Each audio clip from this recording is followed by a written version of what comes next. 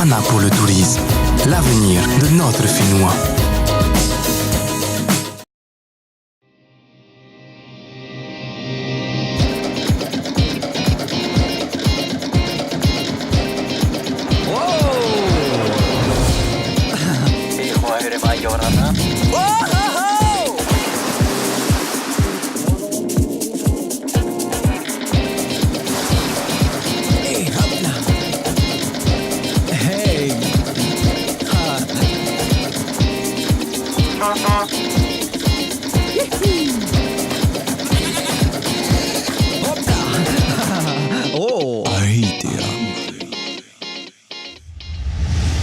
Yaorana à toutes et à tous et bienvenue dans Ahitea, votre émission hebdomadaire consacrée au tourisme et ses métiers.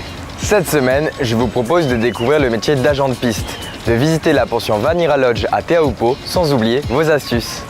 Aujourd'hui, je veux donc devenir agent de piste. Mais j'ai pas dit cycliste, j'ai dit agent de piste. Ah, bah là c'est mieux. Aujourd'hui, je me trouve à l'aéroport de Tahiti Fa'a, où j'ai rendez-vous avec Marc pour apprendre le métier d'agent de piste.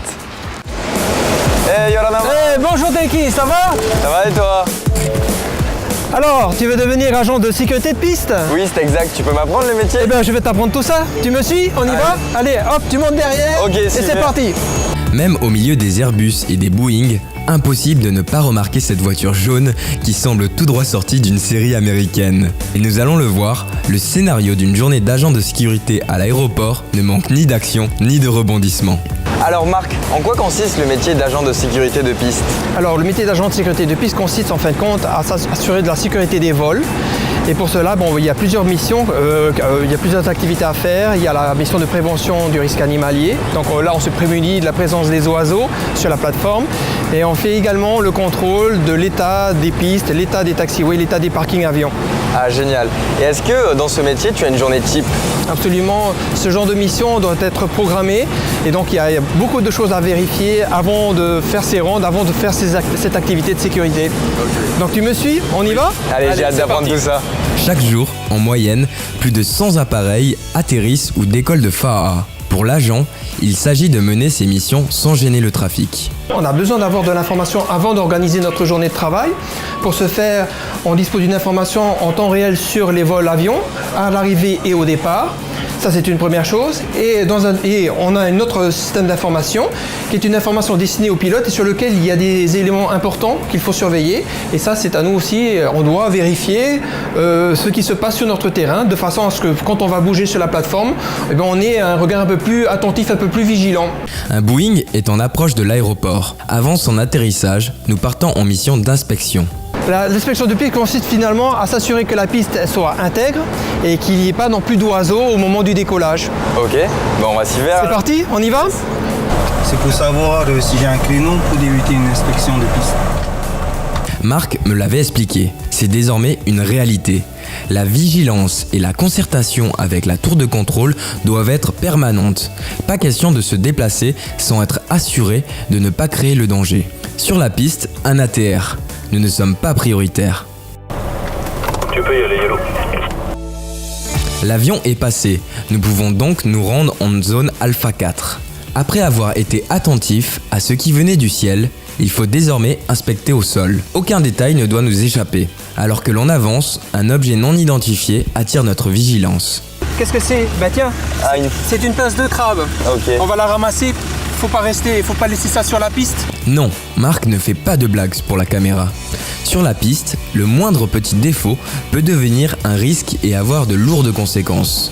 C'est pas un gros danger, ça peut en être un. En tout cas, c'est un objet qui peut occasionner, il peut percer des roues d'avion, alors une pince de crabe ou un caillou ou quoi que ce soit. Donc tu vois, la piste, il faut vraiment qu'elle soit propre.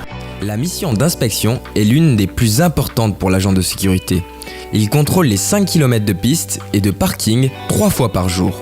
Nous prenons désormais la direction de la zone Alpha 4, réputée pour son activité aviaire.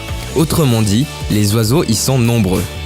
L'heure de lancer l'opération effarouchement va sonner. On va procéder à ce qu'on appelle des effarouchements. Ça veut dire qu'on va effrayer les oiseaux pour éviter qu'ils ne se rapprochent trop près de la piste. D'accord. Parce que les avions arrivent et décollent. Et donc là, nous sommes là pour protéger toutes les arrivées et les décollages d'avions. Okay. Et on va s'occuper de nos petits oiseaux. Marc parle de nos amis à plumes avec beaucoup d'affection. Chaque jour, pourtant, pour la sécurité de tous, il doit mener une bataille. Pour effrayer les oiseaux, il dispose d'un véritable arsenal adapté à chacune des espèces. Alors comme tu peux le voir, il y a un revolver, on a des munitions qu'on appelle des munitions pyrotechniques, Ok. on a aussi du calibre de chasse qu'on utilise vraiment exceptionnellement. Et Donc, est-ce qu'il faut être assermenté pour utiliser ces armes? absolument. D'abord il faut être formé, une formation initiale et après il y a une formation déjà sur le terrain et tout ça, oui, pour utiliser ce matériel il faut être qualifié, il faut être certifié. D'accord. Donc là, Ludovic va nous montrer, on est sur une zone où il y a des oiseaux, et on va procéder à un effarouchement. Ça fait beaucoup de bruit, donc on va s'écarter, on va laisser Ludovic préparer son matériel. D'accord. Ok. Allez, on recule. Rassurez-vous, pas question de tirer sur les oiseaux. Ici, il est seulement question de faire du bruit. C'est bon, les oiseaux semblent avoir déserté les abords de la piste. Là, ils sont allés se réfugier dans leur habitat. D'accord. Ils vont revenir dans quelques heures, donc il faut rester toujours vigilant. Attends, c'est bizarre, j'ai un appel. Ah. Attends. Oui, allô? Oui? Ah, il y a... D'accord, très bien. Bon, on arrive tout de suite. Qu'est-ce qui se Bon, passe? on vient de nous signaler un chat sur un parking d'avion, là, pas très loin d'ici. Donc on va tout de suite y aller, parce qu'il faut pas que ça bouge par là-bas. D'accord, donc c'est pas un bon. travail d'urgence aussi. On y va, Ok. c'est parti. Décidément, toutes sortes d'oiseaux peuvent accéder à l'aéroport. Mais cette fois, pas question d'effrayer le félin. Il faut au contraire l'attirer. Écoute, avec les mammifères, par précaution, on nous a signalé les chats, donc on va prendre un piège à chat. Et dans ce piège à chat, j'ai de quoi les appâter, en l'occurrence des croquettes. Donc il prend la cage et on va sur place. Reste à savoir si le chat se fera prendre au piège. Une fois à l'intérieur, la cage se refermera pour ensuite être donnée à un vétérinaire. Donc là, le piège est Voilà, installé. le piège est prêt. Ce qu'on va faire, on va le mettre comme il faut. Voilà à l'ombre, face à l'entrée probable. Et Ok. puis on va laisser ça tranquille et on va revenir pour relever le piège. Nous partons désormais à la recherche d'éventuelles failles dans les clôtures. Quand c'est important pour la sécurité, pour éviter l'intrusion de mammifères. Il faut vérifier aussi. Voilà, on vérifie exactement. On vérifie également l'intégrité de la clôture pour être sûr qu'il n'y ait pas de perforation. Ça c'est important. Ah bah tiens, Taiki, regarde, Ah bah ouais. on a même un cerf-volant. Ah, c'est dangereux ça quand même. Oui, tiens, je te laisse le soin de le décrocher. Ouais. Hop là. Alors vois-tu ça, le cerf-volant, ça c'est problématique ici. On est juste à côté de la zone urbaine de la commune de Fara. Il y a beaucoup d'enfants et ça c'est périodique, au mois de juillet par exemple, il y a beaucoup d'enfants qui jouent au cerf-volant. Et ça encore, tu vois, ça c'est un petit cerf-volant. Il y en a, ils font cette taille-là, c'est très grand. Et le cerf-volant, c'est pas bien parce que les avions ils décollent, t'as vu, on est à proximité de la piste. Exact, ça peut être dangereux. Et au décollage, un avion qui prend un cerf-volant au décollage, ça peut aller dans les moteurs et ça peut être grave de conséquences. Crabes, oiseaux, chats et cerfs-volants, je retiens déjà que les menaces peuvent être nombreuses pour l'aéroport. Mais faisons un bilan plus complet avec Marc. Alors Taiki, cette journée de formation en notre compagnie sur l'aéroport de Tahiti Fara, qu'est-ce que tu en penses? Bah déjà Maruru pour cette journée de formation. Donc j'ai remarqué que pour être agent de sécurité de piste, il fallait avoir de nombreuses qualités. Donc la première que j'ai remarqué, ça va être la communication, puisqu'on communique avec différents services. Donc il faut vraiment avoir un bon aspect au niveau de la communication. Absolument. Le deuxième, ça va être la connaissance des oiseaux. Puisque pour les effrayer, tout ça, tu remarques quel oiseau quelle espèce exactement, donc quel type de moyen tu vas utiliser pour contrer ces oiseaux, donc cette intrusion d'oiseaux. Et enfin, la dernière qualité, ça va être l'observation. Parce que lors de l'inspection de la piste, du coup, on a remarqué cette petite pince de crabe et il fallait vraiment l'observer. Donc, est-ce qu'il y a d'autres qualités à avoir pour être agent de sécurité de piste? Quand on travaille dans la sécurité aéroportuaire, il faut être sérieux, il faut y avoir aussi de la discipline, c'est important. Et puis de la motivation, c'est tellement bien de travailler sur un aéroport. D'accord. Donc si vous voulez devenir agent de sécurité de piste, retrouvez toutes les informations en fin d'émission dans la rubrique astuces. En tout cas, Maruru Ludo, Maruru à toi. Maruru Marc pour cette Magogo information. Taiki, et à C'était un bientôt. plaisir.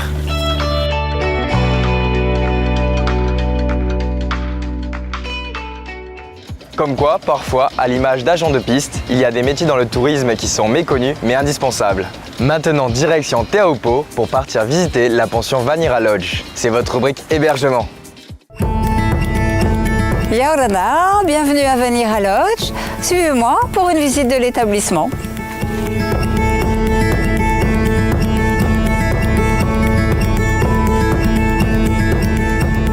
Donc on a créé le Vanira Lodge en 2005. Sachant que nous on a acheté le terrain déjà quelques années auparavant, on est arrivé avec mon mari en voilier, on cherchait un endroit pour poser nos valises et on est vraiment tombé littéralement amoureux du terrain qui était magnifique et on s'est dit que c'était dommage de ne rien faire, c'est un très grand terrain. Donc comme c'était le début de la vague de Te Aupo, on a pensé qu'il y aurait besoin de logements. Et on est parti sur 4 bungalows qui étaient à l'époque ce qu'on nous conseillait comme étant le minimum pour que ça ait un sens.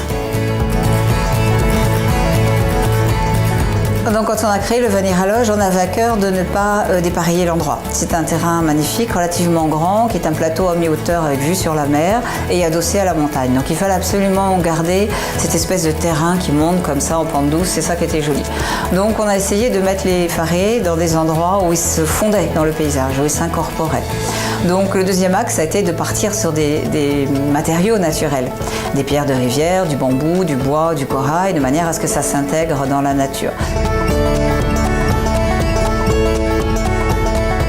Alors on a 9 bungalows à Vanira Lodge qui se répartissent en 3 types. On a les farés nature, c'est des farés très ouverts sur l'extérieur, où on joue sur le dedans-dehors. C'est pour les amoureux de la nature. Ensuite, on a des farés climatisés avec jacuzzi, qu'on appelle les farés spa, qui eux ont une chambre complètement fermée puisqu'elle est climatisée, et un grand jacuzzi chauffé à 34 degrés sur le deck. C'est les farés les plus récents.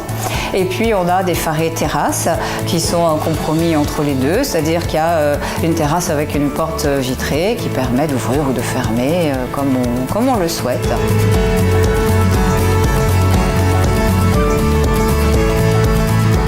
On a ouvert en 2005, j'avoue que je ne me souviens plus du tout du taux de 2005. Pour 2017, il était de 75%. Je me rappelle qu'à l'époque, on m'avait dit que j'allais avoir beaucoup de mal parce qu'on était sur Tahiti et les touristes allaient plutôt sur les îles. On n'était pas à bord de mer, on est face à une très jolie vue sur un plateau à mi-hauteur, mais on n'a pas de plage. Et qu'on était à Te Aupo, qui était un peu le bout du bout. Donc on m'avait dit que j'allais avoir des difficultés. Je m'étais dit que si je louais déjà tous les week-ends, c'était magnifique. Et en fait, très rapidement, on a fait beaucoup plus. Au point de devoir construire de nouveaux bungalows parce qu'on était sollicités.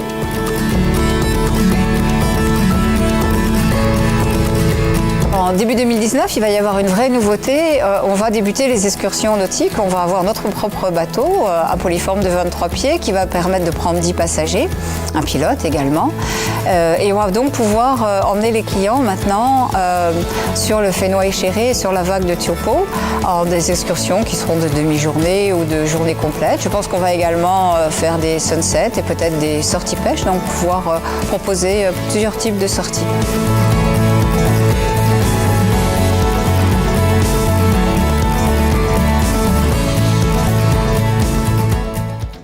Ah, ça fait toujours plaisir de passer un petit week-end à la presqu'île. Maintenant, on revient au métier d'agent de piste, c'est votre rubrique astuce. Pour devenir agent de sécurité piste dans un aéroport en Polynésie française, il vous faut justifier d'un niveau baccalauréat, présenter un casier judiciaire vierge et un bilan psychologique et psychiatrique parfait du fait de la manipulation d'armes à feu. Passer une formation initiale de prévention du risque animalier dans un centre agréé qui sera à la charge de votre futur employeur. Poursuivre ce cursus par des formations spécifiques sur des infrastructures et matériels de sécurité propres à l'aéroport sur lequel vous serez amené à travailler. Être en bonne condition physique et faire preuve d'un sens aiguisé du travail en équipe. Maîtriser plusieurs langues étrangères est vivement conseillé. Pour toute information complémentaire pour devenir agent de sécurité piste dans un aéroport, vous pouvez vous rapprocher du service des ressources humaines d'aéroport de Tahiti sur www.tahiti-aéroport.pf ou par téléphone au 40 86 60 60. Voilà les amis, votre rendez-vous sur le tourisme et ses métiers est maintenant terminé. L'aventure AITA continue sur les réseaux sociaux. Je vous dis à la semaine prochaine. Bye.